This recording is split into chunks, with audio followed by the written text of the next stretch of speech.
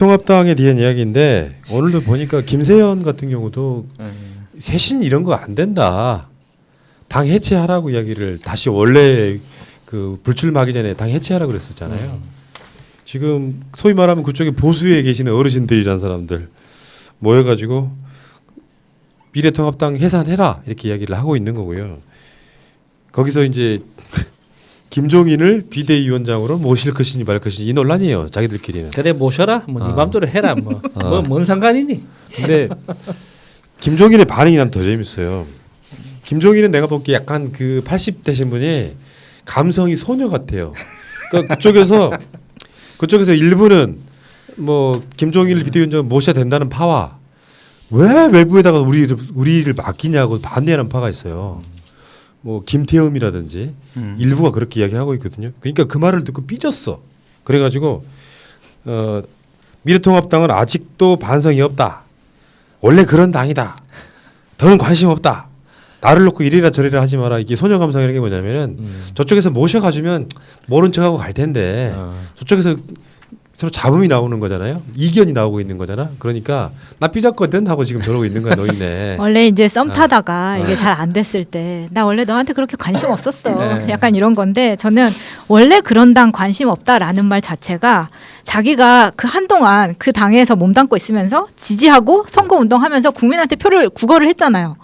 그 국민한테 기만하는 발언이라고 생각합니다. 어떻게 원래 자기는 그런 당에 관심 없다는 말을 어떻게 할 수가 있나요? 아니, 그러니까 거기서 선대위원장을 한 건 뭐야?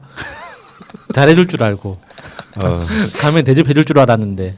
총선 참패 수장을 데려다 놓고 그 총선 참패로 인한 비상대책위원회 위원장을 다시 시킨다는 것 자체도 말도 안 되는 얘기고, 네, 뭐 김종인 씨 같은 경우엔 선거 끝나고 확진자 폭발한다고 한 부분 어떻게 됐어요?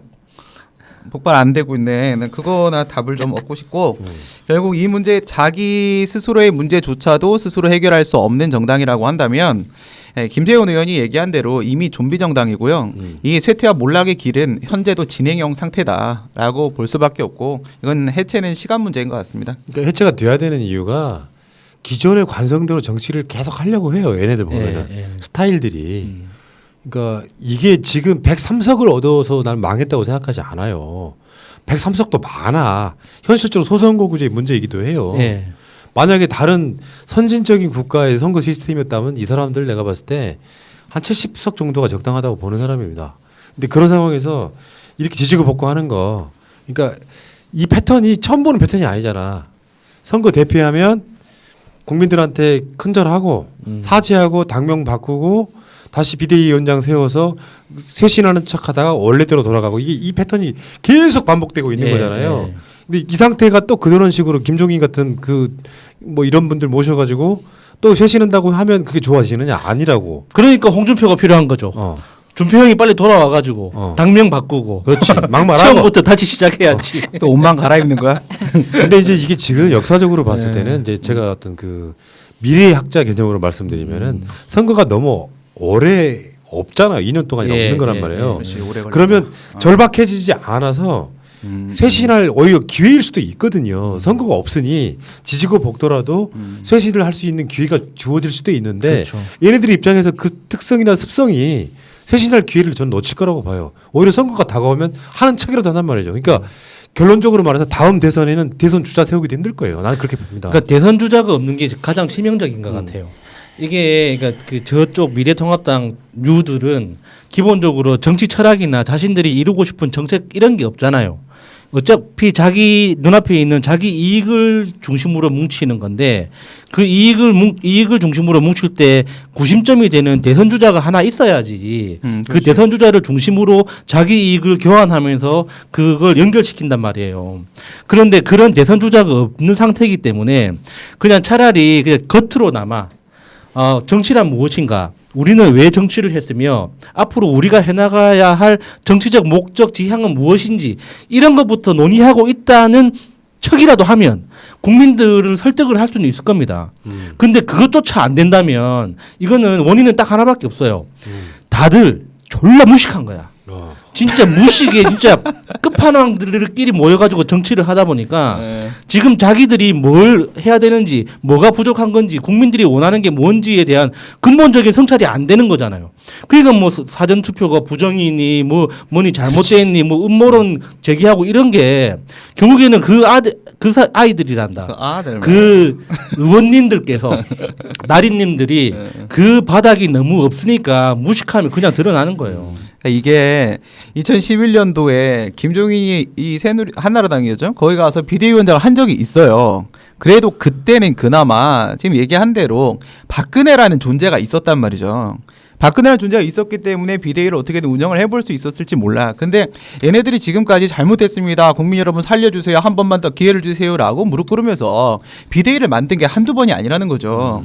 그럼 지금쯤이면 학습 효과가 있는 인간이라고 하면 원숭이가 아니고 인간이면 학습 효과가 있으니까 프로 비대위가 돼야 돼요. 예, 비대위 만드는 프로들이어야 돼요. 그런데 지금 하는 꼬라지들을 보면 김종인이 뭐라고 하면 나 임기 보장해줘 이런 얘기를 해요. 8월 달에 나 가면 나 한두 달 하다 말 건데 나 왜 부르냐 이러면서 삐지고. 있지도 않은 임기를 만들어서 보장해 달라고. 그러니까 이 비대위라는 것이 항상 제일 중요한 건 모든 일에 있어서 목적과 취지거든요. 이걸 왜 하는지 기술적인 문제가 중요한 게 아니거든. 그러니까 이게 관리형이야 아니면 혁신형이야 비대위에 우선 위상이 뭔지를 정해야 돼요. 관리형이라고 한다면 정상적인 지금 지도부가 없으니까 지도부가 다시 선출될 때까지만 버티는 거야. 그럼 임기가 필요 없는 거예요. 새로운 지도부 들어오면 나가는 거예요, 그냥. 근데 혁신형 비대위라고 하게 되면 이 당이 정상적으로 혁신이 될 때까지 이 비대위 체제가 가는 거예요. 그러면 이건 1578년이 걸려요. 안 되거든. 그러니까 전자로 관리형으로 가면 임기가 없는 거고 후자로 가면 그냥 해체해야 되는 거예요. 이건 비대위를 그렇게 많이 해본 애들이 아니 우리도 예전에 데모할 때 비대위 많이 만들어봤잖아. 조직이 깨졌다. 비대위 만들어. 이거 많이 해봤거든. 비대위 딱 만들었을 때 우리의 지금 이 비대위의 목적이 무엇인가 이걸 가야 되는데 뭐 어떻게 하는지도 모르는 애들 그러니까 같아. 연말까지 비대 그 임기를 보장해 달라라고 말을 하는 것 자체가 그러면 연말까지 비상상황을 끌고 가겠다는 이야기잖아요. 자기의 그러니까 혁신이 안 되겠다 이거야. 급여를 위해서. 내가 봤을 때는 그러니까 내 개인적인 의견. 앞으로 이제 미래통합당 입당할 생각인데 민주당 탈당하고 내 개인적인 의견은 진짜 이게 혁신하는데 시간이 오래 걸리는 부분은 뭐냐면 근본적인 마인드를 바꿔야 되는 거죠. 세월호 사건 같은 거를 걸고 넘어지는 것. 정말 중요한 건 세월호에서 희생된 사람들과 그 가족에 대한 공감력이 없이 사실은 차명진처럼 사실이건 아니건 그 작은 디테일들을 가져와서 되치기하고 공격하는 마인드밖에 없는 것들. 남북관계, 복지, 마인드를 다 싹 바꿔야 돼요. 그러면 우리 대한민국이 살기 좋아집니다. 이 사람들이 바뀐다면 기본적으로 여야가 공감대가 비슷해지면 대한민국 살기 좋은 나라 되는 건데 이 103석도 많다고 발목 잡으려면 끝없이 잡을 수 있는 자리예요. 그런 자리에는 이 비대 이후를 몇 년을 가더라도 뭔가 마인드를 바꿔내는 게 되게 중요하다. 그러니까 최소한 자기 집단 사이에 암묵적으로 이러이러한 마인드는 버려야 된다라고 하는 자기들끼리 암묵적 합의가 이루어지지 않는 이상 절대 안 바뀐다고요. 이게 뭐 대한민국 사람 100%가 지지하고 반대하는 정당은 없잖아요. 한 명이라도 많은 다수가 지지할 수밖에 없는 건 시대적 흐름이라고. 복지 확대시키는 거. 지금 뭐 전 국민한테 재난지원금 줘야 되는 것들. 남북관계 평화가 있으면 좋잖아요. 이런 어떤 시대적 마인드에 대해서 전향적으로 생각하는 마인드가 없이는 누가 비대위원으로 와도 애들 안 바뀐다는 말이에요.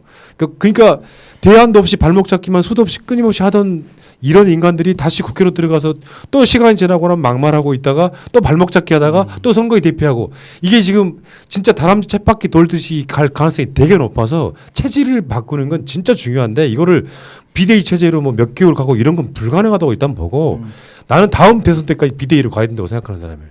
진짜로. 그러면서 그러니까 당의 비대위가 구성되어 있다는 것은 뭔가 항상 우리가 노란 리본 다는 거랑 똑같은 거예요. 우리는 아직 세월호가 끝나지 않았다고 말하는 거랑 똑같은 거예요. 그러니까 저쪽 미통당 쪽에서 그러니까 과연 이게 가능한 아이디어인지는 저도 잘 모르겠습니다. 그러니까 지금 100명이 넘는 그 의원들이 정말 이 현실이 어떻게 돌아가고 있고 현실 민심은 바닥 민심은 이렇고 그리고 바닥 민심 대비 언론 보도는 이렇게 나온다는 그 차이 있죠. 현실 인식에 대한 어떤 그런 방법론에서 완전히 지금 공중에 붕 떠 있는 상태이기 때문에 이 의원들이 한 달씩이라도 돌아가면서 안 그러면 정말 큰 마음 먹은 의원이 있다면 한 사람이든 대권 욕심이 있는 사람이 앞으로 2년 동안 매달 한 달씩 한 분야에서 노동 현장에서 직접 일을 해보는 거예요. 그렇게라도 간접 경험이라도 하면서 실제 국민의 민생 현장이 어떻게 돌아가는지를 알고 그게 언론 보도로 어떻게 왜곡되는지 국회에 어떤 식으로 왜곡돼서 전달되는지에 대해서 정말 좀 몸으로 겪고 나서 아 이게 정치가 이렇게 돼야 되는 거구나라는 최소한의 표현이라도 하나씩 건졌으면 좋겠어요. 그 진짜 대한민국 정치가 발전하려면 지금 민주당이 이겼다고 끝나는 게 아니고 상대방이 건전하고 실력이 있어야 돼요. 그래야지 민주당이 더 강력해지고 더 좋은 정책으로 국민하고 살아갈 수 있는 거거든요. 지금 저쪽 당이 쪼그라들고 죽는다고 해서 우리가 마냥 좋은 게 아니라고요. 우리가 더 여기에서 더 강해지는 건 상대방이 더 강해지는 것밖에 없어요. 완전히 한 대만 쳐도 죽어 나자빠질 상대 정당 가지고 우리가 어떻게 좋은 정책을 만들겠습니까? 상대방이 더 똑똑해져야 되거든요. 그러면 여기에서 저 당이 망할 걸 기대할 게 아니라 진짜 살아날 수 있는 방법을 계속 만들어주고 이야기를 해줘야 돼요. 없어. 저는 그 방법 중에 가장 현실적인 게 현장에 이거 민생 탐방이라고 하는 그거 있잖아요. 민주당 그 대선 후보들이 자주 써먹었던 방법이긴 하지만 지금은 그러니까 이 저 미래통합당이 진짜 완전히 살아 없어질 판이기 때문에 사생결단의 각오로 그러니까 모든 의원들이 대선 후보다라는 생각으로 현장의 목소리부터 듣기 시작해야 돼요. 그렇지 않고서는 이거는 민주당도 위험해집니다. 저쪽 그러니까, 당이 저렇게 그러니까 꼬꾸라지면. 그러니까 이야기가 너무 이제 민주당 쪽으로 왔는데 네. 어쨌든 미래통합당 같은 경우는 그런 거지. 그러니까 내가 방송으로도 많이 했던 이야기들이 같은 결이라고 생각해요.